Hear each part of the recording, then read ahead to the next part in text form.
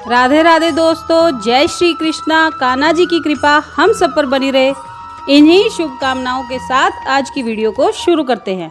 दोस्तों, आप सबका हमारे YouTube चैनल भक्ति में आस्था पर हार्दिक स्वागत है। आज की इस वीडियो में हम आपको श्री शिव महापुराण की रुद्र संहिता के पार्वती खंड का 23वां, 24वां और 25वां अध्याय पढ़कर सुनाएंगे। आप सबसे रिक्वेस्ट है कि वीडियो को पूरा और ध्यान से सुनिएगा। चलिए वीडियो को शुरू करते हैं। पार्वती का पिता के घर में सत्कार, महादेव जी की नट लीला का चमत्कार, उनका मेना आदि से पार्वती को मांगना और माता पिता के इनकार करने पर अंतर्धान हो जाना। ब्रह्मा जी कहते हैं, नारद, भगवान शंकर के अपने स्थान को चले जाने पर सखियों सहित पार्वती भी अपने रूप को सफल करके महादेव जी का नाम लेती हुई पिता के घर चली गई। पार्वती का आगमन सुनकर मेना और हिमाचल दिव्य रथ पर आरूढ़ हो हर्ष से विह्वल होकर उनकी अगवानी के लिए चले। पुरोहित, पुरवासी, अनेकानेक सखियां तथा अन्य सब संबंधी भी आ पहुँचे। पार्वती के सारे भाई मैनाक आदि बड़े हर्ष के साथ जय जयकार करते हुए उन्हें घर ले आने के लिए गए। इसी बीच में पार्वती अपने नगर के निकट आ गई। नगर में प्रवेश करते समय शिवा देवी ने माता पिता को देखा, जो अत्यंत प्रसन्न और हर्ष से विह्वल चित्त होकर दौड़े चले आ रहे थे। उन्हें देखकर हर्ष से भरी हुई काली ने सखियों सहित प्रणाम किया। माता पिता ने पूर्ण रूप से आशीर्वाद दे पुत्री को छाती से लगा लिया और ओ मेरी बच्ची ऐसा कहकर प्रेम से विह्वल हो रोने लगे। तत्पश्चात अपने घर की दूसरी स्त्रियों तथा भाभियों ने भी बड़ी प्रसन्नता के साथ प्रेम पूर्वक उन्हें भुजाओं में भरकर भेंटा। देवी, तुमने अपने कुल का उद्धार करने वाले उत्तम कार्य को अच्छी तरह सिद्ध किया है। तुम्हारे सद आचरण से हम सब लोग पवित्र हो गए। ऐसा कहकर सब लोग हर्ष के साथ पार्वती की भूरी भूरी प्रशंसा करते हुए उन्हें प्रणाम करने लगे। लोगों ने चंदन और सुंदर फूलों से शिवा देवी का सानंद पूजन किया। उस अवसर पर विमान पर बैठे हुए देवताओं ने पार्वती जी को नमस्कार करके उन पर फूलों की वर्षा करते हुए उनकी स्तुति की। नारद, उस समय तुम्हें भी एक सुंदर रथ पर बिठाकर ब्राह्मण आदि सब लोग नगर में ले गए। फिर ब्राह्मणों, सखियों तथा दूसरी स्त्रियों ने बड़े आदर के साथ शिवा का घर के भीतर प्रवेश कराया। स्त्रियों ने उनके ऊपर बहुत सी वस्तुएं न्यौछावर की। ब्राह्मणों ने आशीर्वाद दिए। मुनीश्वर, पिता हिमवान और माता मेनका को बड़ी प्रसन्नता हुई। उन्होंने अपने गृहस्थ आश्रम को सफल माना और यह अनुभव किया कि कुपुत्र की अपेक्षा सुपुत्री ही श्रेष्ठ है। गिरिराज ने ब्राह्मणों और बंदी जनों को धन दिया और ब्राह्मणों से मंगल पाठ करवाया। मुने, इस प्रकार पार्वती के साथ हर्ष भरे माता पिता, भाई तथा भौजाइयां भी घर के आंगन में प्रसन्नता पूर्वक बैठी। तदंतर हिमवान प्रसन्नचित से सबका आदर सत्कार करके गंगा स्नान के लिए गए। इसी बीच में सुंदर लीला करने वाले भक्त वत्सल भगवान शंभु एक अच्छा नाचने वाला नट बनकर मेनका के पास गए। उन्होंने बाएं हाथ में सींग और दाहिने हाथ में डमरू ले रखा था। पीठ पर कथरी रख छोड़ी थी। लाल वस्त्र पहने वे भगवान रुद्र नाच और गान में अपनी निपुणता का परिचय दे रहे थे। सुंदर नट का रूप धारण किए हुए भगवान शिव ने मेनका के पास बैठी हुई स्त्रियों की टोली के समीप सुंदर नृत्य किया और अत्यंत मनोहर नाना प्रकार के गीत गाए। उन्होंने वहां सुंदर ध्वनि करने वाले श्रृंग और डमरू को भी बजाया तथा नाना प्रकार की बड़ी मनोहारिणी लीला की। नटराज की उस लीला को देखने के लिए नगर के सभी स्त्री पुरुष एवं बालक और वृद्ध भी सहसा वहां आ पहुँचे। मुने, उस सुमधुर गीत को सुनकर और उस मनोहर उत्तम नृत्य को देखकर वहां आए हुए सब लोग तत्काल मोहित हो गए। मेना भी मोही गई। उधर पार्वती ने अपने हृदय में भगवान शंकर का साक्षात दर्शन किया। वे त्रिशूल आदि चिन्ह धारण किए अत्यंत सुंदर दिखाई देते थे। उनका सारा अंग विभूति से विभूषित था। वे हड्डियों की माला से अलंकृत थे। उनका मुख सूर्य, चंद्र एवं अग्नि रूप 3 नेत्रों से उद्भासित था। उन्होंने नाग का यज्ञोपवीत धारण किया हुआ था। उनके उस सुरमय रूप को देखकर दुर्गा प्रेम आवेश से मूर्छित हो गईं। गौर वर्ण विभूषित दीन बंधु दया सिंधु और सर्वथा मनोहर महेश्वर पार्वती से कह रहे थे कि वर मांगो। अपने हृदय में विराजमान महादेव जी को इस रूप में देखकर पार्वती देवी ने उन्हें प्रणाम किया और मन ही मन यह वर मांगा कि आप मेरे पति हो जाइए। प्रीति युक्त हृदय से शिवा को वैसा कल्याणकारी वर देकर वे पुनः अंतर्धान हो गए और वहां पूर्ववत भिक्षा मांगने वाला नट बनकर उत्तम नृत्य करने लगे। उस समय मैना सोने की थाली में रखे हुए बहुत से सुंदर रत्न ले उन्हें प्रसन्नता पूर्वक देने के लिए गईं। उनका वह ऐश्वर्य देखकर भगवान शंकर मन ही मन बड़े प्रसन्न हुए, परंतु उन्होंने उन रत्नों को स्वीकार नहीं किया। वे भिक्षा में उनकी पुत्री शिवा को ही मांगने लगे और पुनः कौतुकवश सुंदर नृत्य एवं गान करने को उद्धत हुए। मैना उस भिक्षुक नट की बात सुनकर अत्यंत कुपित हो उठी और उसे डांटने फटकारने लगी। उनके मन में उसे बाहर निकाल देने की इच्छा हुई। इसी बीच में गिरिराज हिमवान गंगा जी से नहाकर लौट आए। उन्होंने अपने सामने उस नर आकार भिक्षुक को आंगन में खड़ा देखा। मैना के मुख से सारी बातें सुनकर उनको भी बड़ा क्रोध हुआ। उन्होंने अपने सेवकों को आज्ञा दी कि इस नट को बाहर निकाल दो। मुनि श्रेष्ठ, वे नटराज विशाल काय अग्नि की भांति अपने उत्तम तेज से प्रज्वलित हो रहे थे। उन्हें छूना भी कठिन था, इसलिए कोई भी उन्हें बाहर न निकाल सका। तात फिर तो नाना प्रकार की लीलाओं में विशारद उन भिक्षु शिरोमणि ने शैलराज को अपना अनंत प्रभाव दिखाना आरंभ किया। हिमवान ने देखा भिक्षु ने वहां तत्काल ही भगवान विष्णु का रूप धारण कर लिया है। उनके मस्तक पर किरीट, कानों में कुंडल और शरीर पर पीत वस्त्र शोभा पाते हैं। उनकी 4 भुजाएं हैं। हिमवान ने पूजा के समय गदाधारी श्री हरि को जो जो पुष्प आदि चढ़ाए थे वे सब उन्होंने भिक्षु के शरीर और मस्तक पर देखे। तत्पश्चात गिरिराज ने उन भिक्षु शिरोमणि को जगत सत्रष्टा चतुर्मुख ब्रह्मा के रूप में देखा। उनके शरीर का वर्ण लाल था और वे वैदिक सूक्त का पाठ कर रहे थे। तदंतर शैलराज ने उन कौतुककारी नटराज को एक क्षण में जगत के नेत्र रूप सूर्य के आकार में देखा। तात इसके बाद वे महान अद्भुत रुद्र के रूप में दिखाई दिए। उनके साथ देवी पार्वती भी थी। वे उत्तम तेज से संपन्न रमणीय रुद्र धीरे धीरे हंस रहे थे। फिर वे केवल तेजोमय रूप में दृष्टिगोचर हुए। उनका वह स्वरूप निराकार, निरंजन, उपाधि शून्य, निरीह एवं अत्यंत अद्भुत था। इस प्रकार हिमवान ने उनके बहुत से रूप देखे। इससे उन्हें बड़ा विस्मय हुआ और वे तुरंत ही परम आनंद में निमग्न हो गए। तदंतर सुंदर लीला करने वाले उन भिक्षु शिरोमणि ने हिमवान और मैना से दुर्गा को ही भिक्षा के रूप में मांगा। दूसरी कोई वस्तु ग्रहण नहीं की, परंतु शिव की माया से मोहित होने के कारण शैलराज ने उनकी उस प्रार्थना को स्वीकार नहीं किया। फिर भिक्षुक ने कोई वस्तु नहीं ली और वे वहां से अंतर्धान हो गए। तब मैना और शैलराज को उत्तम ज्ञान हुआ और वे सोचने लगे भगवान शिव हमें अपनी माया से छलकर अपने स्थान को चले गए। यह विचार कर उन दोनों की भगवान शिव में पराभक्ति हुई, जो महान मोक्ष की प्राप्ति कराने वाली, दिव्य तथा संपूर्ण आनंद प्रदान करने वाली है। ये था 23वां अध्याय। अब 24वां अध्याय सुनिए। देवताओं के अनुरोध से वैष्णव ब्राह्मण के वेश में शिवजी का हिमवान के घर जाना और शिव की निंदा करके पार्वती का विवाह उनके साथ न करने को कहना। ब्रह्मा जी कहते हैं, नारद, मैना और हिमवान की भगवान शिव के प्रति उच्च कोटि की अनन्य भक्ति देख इंद्र आदि सब देवता परस्पर विचार करने लगे। तदंतर गुरु बृहस्पति और ब्रह्मा जी की सम्मति के अनुसार सभी मुख्य देवताओं ने शिवजी के पास जाकर उनको प्रणाम किया और वे हाथ जोड़कर उनकी स्तुति करने लगे।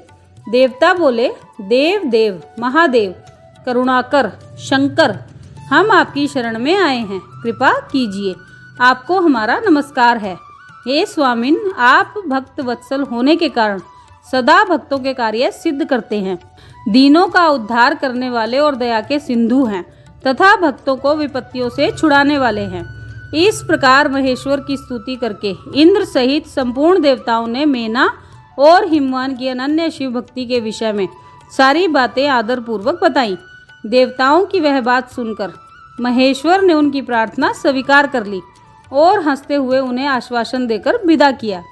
तब सब देवता अपना कार्य सिद्ध हुआ मानकर भगवान सदाशिव की प्रशंसा करते हुए शीघ्र अपने अपने घर को लौटकर प्रसन्नता का अनुभव करने लगे।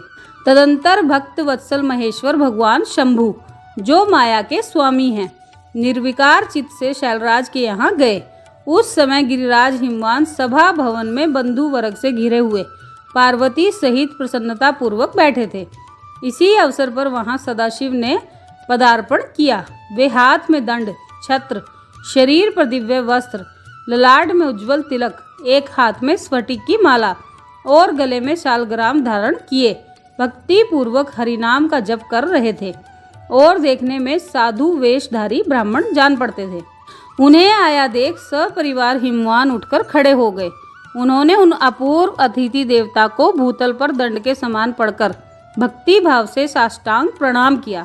देवी पार्वती ब्राह्मण रूपधारी प्राणेश्वर शिव को पहचान गई थी, अतः उन्होंने भी उनको मस्तक झुकाया और मन ही मन बड़ी प्रसन्नता के साथ उनकी स्तुति की। ब्राह्मण रूपधारी शिव ने उन सबको प्रेम पूर्वक आशीर्वाद दिया, किंतु शिवा को सबसे अधिक मनोवांछित शुभ आशीर्वाद प्रदान किया।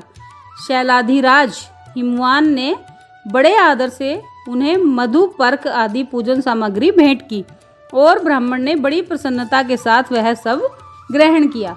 तत्पश्चात गिरिश्रेष्ठ हिमाचल ने उनका कुशल समाचार पूछा। मुने अत्यंत प्रीति पूर्वक उन द्विजराज की विधिवत पूजा करके शैलराज ने पूछा, आप कौन हैं? तब उन ब्राह्मण शिरोमणि ने गिरिराज से शीघ्र ही आदर पूर्वक कहा। वे श्रेष्ठ ब्राह्मण बोले, गिरिश्रेष्ठ, मैं उत्तम विद्वान वैष्णव ब्राह्मण हूँ और ज्योतिषी की वृत्ति का आश्रय लेकर भूतल पर भ्रमण करता रहता हूँ। मन के समान मेरी गति है। मैं सर्वत्र जाने में समर्थ और गुरु की दी हुई शक्ति से सर्वज्ञ, परोपकारी, शुद्धात्मा, दया सिंधु और विकार नाशक हूँ। मुझे ज्ञात हुआ कि तुम अपनी इस लक्ष्मी सरीखी सुंदर रूप वाली दिव्य सुलक्षणा अपनी पुत्री को एक आश्रय रहित, असंग, कुरूप और गुणहीन वर महादेव जी के हाथ में देना चाहते हो। वे रुद्र देवता मरघट में वास करते हैं, शरीर में सांप लपेटे रहते हैं और योग साधते फिरते हैं। उनके पास पहनने के लिए एक वस्त्र भी नहीं है, वैसे ही नंग धड़ंग घूमते हैं, आभूषण की जगह सर्प धारण करते हैं। उनके कुल का नाम आज तक किसी को ज्ञात नहीं हुआ।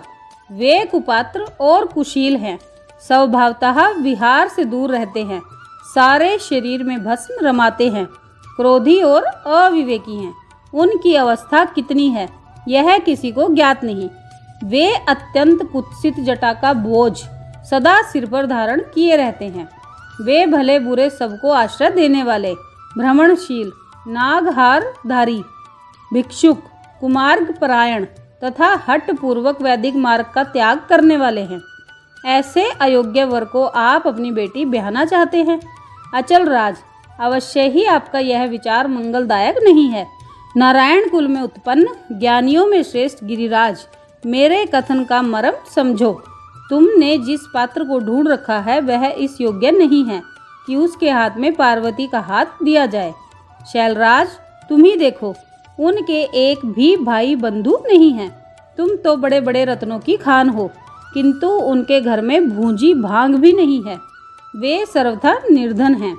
गिरिराज, तुम शीघ्र ही अपने भाई बंधुओं से, मेना देवी से, सभी बेटों से और पंडितों से भी प्रयत्नपूर्वक पूछ लो, किंतु पार्वती से ना पूछना, क्योंकि उन्हें शिव के गुण दोष की परख नहीं है। ब्रह्मा जी कहते हैं, नारद, ऐसा कहकर वे ब्राह्मण देवता, जो नाना प्रकार की लीला करने वाले शांत स्वरूप शिव ही थे, शीघ्र खा पीकर आनंद पूर्वक वहां से अपने घर को चल दिए। ये था 24वां अध्याय। अब 25वां अध्याय सुनिए। मेना का कोप भवन में प्रवेश। भगवान शिव का हिमवान के पास सप्त ऋषियों को भेजना तथा हिमवान द्वारा उनका सत्कार। सप्त ऋषियों तथा अरुंधति का और महर्षि वशिष्ठ का मेना और हिमवान को समझाकर पार्वती का विवाह भगवान शिव के साथ करने के लिए कहना। ब्रह्मा जी कहते हैं, ब्राह्मण रूपधारी शिवजी के वचनों का मेना के ऊपर बड़ा प्रभाव पड़ा और उन्होंने दुखी होकर पति से कहा, गिरिराज, इन वैष्णव ब्राह्मण ने शिवजी की जो निंदा की है उसे सुनकर मेरा मन उनकी ओर से बहुत खिन्न एवं विरक्त हो गया है। शैलेश्वर रुद्र के रूप, शील और नाम सभी कुत्सित हैं। मैं उन्हें अपनी सुलक्षणा पुत्री कदापि नहीं दूंगी। यदि आप मेरी बात नहीं मानेंगे तो मैं निसंदेह मर जाऊंगी। अभी इस घर को छोड़ दूंगी अथवा विष खा लूंगी। पार्वती के गले में फांसी लगाकर गहन वन में चली जाऊंगी अथवा उसे महासागर में डुबो दूंगी, परंतु अपनी बेटी को रुद्र के गले नहीं मड़ूंगी। ऐसा कहकर मेना तुरंत कोप भवन में चली गई और अपने हार को फेंककर रोती हुई धरती पर लौट गई। इधर भगवान शिव को इस बात का पता लगा। तब उन्होंने अरुंधति सहित सप्त ऋषियों को बुलाया तथा मेना के पास जाकर उन्हें समझाने की आज्ञा दी। शिवजी का आदेश प्राप्त कर भगवान शिव को नमस्कार करके वे दिव्य ऋषि आकाश मार्ग से उस स्थान को चल दिए जहाँ हिमवान की नगरी थी। उस दिव्यपुरी को देखकर उन सप्त ऋषियों को बड़ा विस्मय हुआ। वे हिमाचलपुरी की परस्पर प्रशंसा करते हुए सब ऐश्वर्यों से भरे पूरे हिमवान के घर जा पहुँचे। उन सूर्य तुल्य तेजस्वी सातों ऋषियों को दूर से आकाश के रास्ते आते देख हिमवान को बड़ा विस्मय हुआ। वे बोले, ये 7 सूर्य तुल्य तेजस्वी मुनि मेरे पास आ रहे हैं। मुझे प्रयत्नपूर्वक इस समय इनकी पूजा करनी चाहिए। सबको सुख देने वाले हम गृहस्थ लोग धन्य हैं जिनके घर पर ऐसे महात्मा पदार्पण किया करते हैं। ब्रह्मा जी कहते हैं, इसी समय वे मुनि आकाश से उतरकर पृथ्वी पर खड़े हो गए। उन्हें सामने देख हिमवान बड़े आदर के साथ आगे बढ़े और हाथ जोड़ मस्तक झुकाकर उन सप्तऋषियों को प्रणाम करने के पश्चात उन्होंने बड़े सम्मान के साथ उन सब की पूजा की तथा उन्हें आगे करके कहा, मेरा गृह आश्रम आज धन्य हो गया। यूँ कहकर उन्हें बैठने के लिए भक्तिपूर्वक आसन लाकर दिया। जब वे आसनों पर बैठ गए तब उनकी आज्ञा लेकर हिमवान भी बैठे और वहां उन ज्योतिर्मय महर्षियों से इस प्रकार बोले। हिमवान ने कहा, आज मैं धन्य हूँ, कृत्य हूँ, मेरा जीवन सफल हो गया। मैं लोक में बहुत से तीर्थों की भांति दर्शनीय बन गया, क्योंकि आप जैसे विष्णु रूपी महात्मा मेरे घर पधारे हैं। आप लोग पूर्ण काम हैं। हम दीनों के घरों में आपका क्या काम हो सकता है? तथापि मुझ सेवक के योग्य यदि कोई कार्य है तो कृपा पूर्वक उसे अवश्य कहें। उसे पूर्ण करने से मेरा जीवन सफल हो जाएगा। ऋषि बोले, शैलराज, भगवान शिव को जगत का पिता कहा गया है और शिवा जगन माता मानी गई हैं। अतः तुम्हें महात्मा शंकर को अपनी कन्या देनी चाहिए।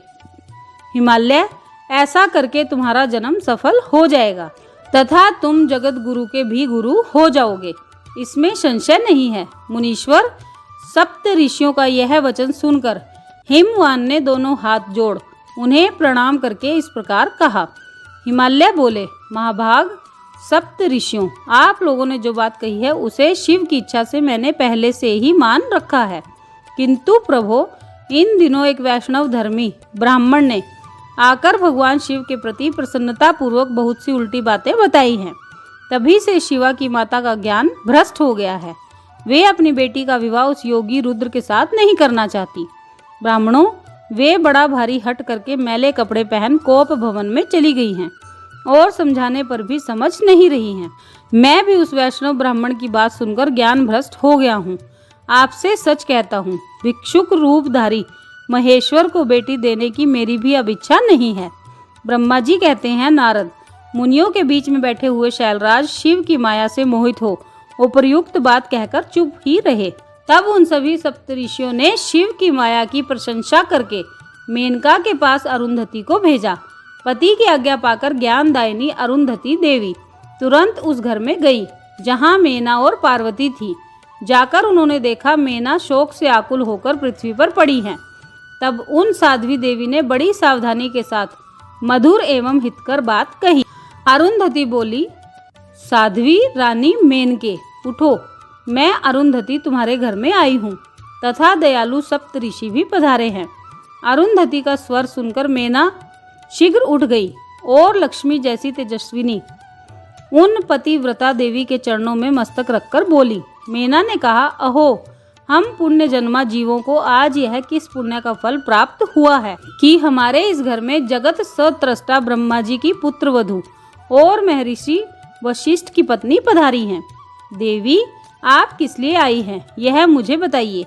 मैं और मेरी पुत्री आपकी दासी के समान हैं। आप हम पर कृपा कीजिए। मेनका के ऐसा कहने पर साध्वी अरुंधति ने उनको बहुत अच्छी तरह समझाया बुझाया और उन्हें साथ ले वे प्रसन्नता पूर्वक उस स्थान पर आई जहाँ वे सप्तऋषि विद्यमान थे। सप्तऋषिगण बातचीत में बड़े निपुण थे। उन सबने भगवान शिव के युगल चरणार विंदों का स्मरण करके शैलराज को समझाना आरंभ किया। ऋषि बोले, शैलेंद्र, हमारा शुभ कारक वचन सुनो। तुम पार्वती का विवाह शिव के साथ कर दो और संहार करता रुद्र के श्वशुर हो जाओ। शंभु सर्वेश्वर हैं, वे किसी से याचना नहीं करते। स्वयं ब्रह्मा जी ने तारकासुर के विनाश के लिए एक वीर पुत्र उत्पन्न करने के उद्देश्य को लेकर भगवान शिव से यह प्रार्थना की है कि वे विवाह कर लें। भगवान शंकर तो योगियों के शिरोमणि हैं, वे विवाह के लिए उत्सुक नहीं हैं। केवल ब्रह्मा जी की प्रार्थना से ही वे महादेव तुम्हारी कन्या का पाणी ग्रहण करेंगे। तुम्हारी पुत्री ने जब तपस्या की थी उस समय उसके सामने उन्होंने उससे विवाह की प्रतिज्ञा कर ली थी। इन्हीं दो कारणों से वे योगीराज शिव विवाह करेंगे। ऋषियों की यह बात सुनकर हिमालय हंस पड़े और कुछ भयभीत हो विनयपूर्वक बोले। हिमालय ने कहा, मैं शिव के पास कोई राजोचित सामग्री नहीं देखता हूँ। उनका न कोई घर है, न ऐश्वर्य है और न कोई सवजन या बंधु बांधव ही है।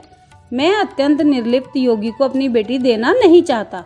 आप लोग वेद विधाता ब्रह्मा जी के पुत्र हैं, अतः अपना निश्चित विचार कहिए। जो पिता काम से, मोह से, भय से अथवा लोभ से किसी अयोग्य वर के हाथ में अपनी कन्या दे देता है, वह मरने के बाद नरक में जाता है। अतः मैं स्वेच्छा से भगवान शूलपाणी को अपनी कन्या नहीं दूंगा। इसलिए महर्षियों, जो उचित विधान हो उसे आप लोग कीजिए। मुनीश्वर नारद, हिमाचल के इस वचन को सुनकर बातचीत करने में निपुण महर्षि वशिष्ठ ने उनसे यूं कहा। वशिष्ठ जी बोले, शैलेंद्र, मेरी बात सुनो। यह सर्वथा तुम्हारे लिए हितकारक, धर्म के अनुकूल, सत्य तथा इहलोक और परलोक में सुखदायक है। शैलराज, लोक तथा वेद में 3 प्रकार के वचन उपलब्ध होते हैं। शास्त्रज्ञ पुरुष अपनी निर्मल ज्ञान दृष्टि से उन सब प्रकार के वचनों को जानता है। एक तो वह वचन है जो तत्काल सुनने में बड़ा सुंदर लगता है, परंतु पीछे वह असत्य एवं अहितकारक सिद्ध होता है। ऐसा वचन बुद्धिमान शत्रु ही करता है, उससे कभी हित नहीं होता। दूसरा वह है जो आरंभ में अच्छा नहीं लगता, उसे सुनकर अप्रसन्नता ही होती है, परंतु परिणाम में वह सुख देने वाला होता है। इस तरह का वचन कहकर दयालु धर्मशील बांधवजन ही कर्तव्य का बोध कराता है। तीसरी श्रेणी का वचन वह है जो सुनते ही अमृत के समान मीठा लगता है और सब काल में सुख देने वाला होता है।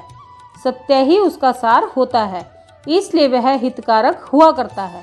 ऐसा वचन सबसे श्रेष्ठ और सबके लिए अभीष्ट है। शैलराज, इस तरह नीति शास्त्र में 3 प्रकार के वचन कहे गए हैं।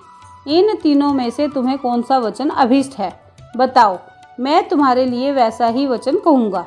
भगवान शंकर संपूर्ण देवताओं के स्वामी हैं, उनके पास बाह्य संपत्ति नहीं है। इसका कारण यह है कि उनका चित्त एकमात्र ज्ञान के महासागर में मग्न रहता है, जो ज्ञान आनंद स्वरूप और सबके ईश्वर हैं। उन्हें लौकिक बाह्य वस्तुओं की क्या इच्छा होगी। गृहस्थ पुरुष राज्य और संपत्ति से सुशोभित होने वाले वर को अपनी पुत्री देता है, क्योंकि किसी दीन दुखी को कन्या देने से पिता कन्याघाती होता है, उसे कन्या के वध का पाप लगता है। कौन जानता है कि भगवान शंकर दुखी हैं, कुबेर जिनके किंकर हैं, जो अपनी भ्रूभंग की लीला मात्र से संसार की सृष्टि और संहार करने में समर्थ हैं, जिन्हें गुणातीत परमात्मा और प्रकृति से परे परमेश्वर कहा गया है, सृष्टि पालन और संहार करने वाली जिनकी त्रिविध मूर्ति ही ब्रह्मा, विष्णु और हर नाम धारण करती है, उन्हें कौन निर्धन अथवा दुखी कह सकता है। ब्रह्मलोक में निवास करने वाले ब्रह्मा, क्षीर सागर में रहने वाले विष्णु तथा कैलाशवासी हर, ये सब शिव की ही विभूतियां हैं। शिव से प्रकट हुई प्रकृति भी अपने अंश से 3 प्रकार की मूर्तियों को धारण करती हैं। जगत में लीला शक्ति से प्रेरित हो वह अपनी कला से बहुत सा रूप धारण करती हैं। समस्त वांग्मय की अधिष्ठात्री देवी वाणी उनके मुख से प्रकट हुई हैं और सर्व संपत्ति स्वरूपिणी लक्ष्मी वक्ष स्थल से आविर्भूत हुई हैं तथा शिवा ने देवताओं के एकत्र हुए तेज से अपने को प्रकट किया था। और संपूर्ण दानवों का वध करके देवताओं को स्वर्ग की लक्ष्मी प्रदान की थी। देवी शिवा कल्पांतर में दक्ष पत्नी के उदर से जन्म ले सती नाम से प्रसिद्ध हुई और हर को उन्होंने पति के रूप में प्राप्त किया। दक्ष ने स्वयं ही भगवान शिव को अपनी पुत्री दी थी। सती ने पति की निंदा सुनकर योग बल से अपने शरीर को त्याग दिया था। वे ही कल्याणमयी सती अब तुम्हारे वीर्य और मेना के गर्भ से प्रकट हुई हैं। शैलराज, ये शिवा जन्म जन्म में शिव की ही पत्नी होती हैं। प्रत्येक कल्प में बुद्धि रूपा दुर्गा ज्ञानियों की श्रेष्ठ माता होती हैं। ये सदा सिद्ध, सिद्धि दायिनी और सिद्धि स्वरूपिणी हैं। भगवान हर चिता भस्म के रूप में सती के अस्थि चूर्ण को ही स्वयं प्रेम पूर्वक अपने अंगों में धारण करते हैं। अतः गिरिराज, तुम स्वेच्छा से ही अपनी मंगलमयी कन्या को भगवान हर के हाथ में दे दो। तुम यदि नहीं दोगे तो वह स्वयं प्रियतम के स्थान में चली जाएंगी। देवेश्वर शिव तुम्हारी पुत्री का अनंत कलेश देखकर ब्राह्मण के रूप में इसकी तपस्या के स्थान पर आए थे और इसके साथ विवाह की प्रतिज्ञा करके इसे आश्वासन एवं वर देकर अपने आवास स्थान को लौट गए थे। गिरे, पार्वती की प्रार्थना से ही शंभु ने तुम्हारे पास आकर इसके लिए याचना की और तुम दोनों ने शिव भक्ति में मन लगाकर उनकी उस याचना को स्वीकार कर लिया था। गिरीश्वर, बताओ फिर किस कारण से तुम्हारी बुद्धि विपरीत हो गई। भगवान शिव ने देवताओं की प्रार्थना से प्रभावित होकर हम सब ऋषियों को और अरुंधति देवी को भी तुम्हारे पास भेजा है। हम तुम्हें यही शिक्षा देते हैं कि तुम पार्वती को रुद्र के हाथ में दे दो। गिरे, ऐसा करने पर तुम्हें महान आनंद प्राप्त होगा। शैलेंद्र, यदि तुम स्वेच्छा से अपनी बेटी शिवा शिव के हाथ में नहीं दोगे तो भावी के बल से इन दोनों का विवाह हो जाएगा। तात, भगवान शंकर ने तपस्या में लगी हुई पार्वती को ऐसा ही वर दिया है। ईश्वर की हुई प्रतिज्ञा कभी पलट नहीं सकती। गिरिराज, ईश्वर के वश में रहने वाले समस्त साधु पुरुषों की भी प्रतिज्ञा का संसार में किसी के द्वारा उल्लंघन होना कठिन है, फिर साक्षात ईश्वर की प्रतिज्ञा के लिए तो कहना ही क्या है। ये था 25वां अध्याय। तो दोस्तों, ये था श्री शिव महापुराण की रुद्र संहिता के पार्वती खंड का 23वां, 24वां और 25वां अध्याय जो हमने आपको पढ़कर सुनाया। आप सबने वीडियो को ध्यान से सुना, इसके लिए आपका धन्यवाद। आज की वीडियो में बस इतना ही। कल फिर मिलेंगे एक और नई वीडियो के साथ। तब तक स्वस्थ रहिए, मस्त रहिए, अपना और अपनों का ख्याल रखते रहिए और बाबा भोलेनाथ की कथाओं का श्रवण करते रहिए। राधे राधे दोस्तों, जय श्री कृष्णा, जय माता दी।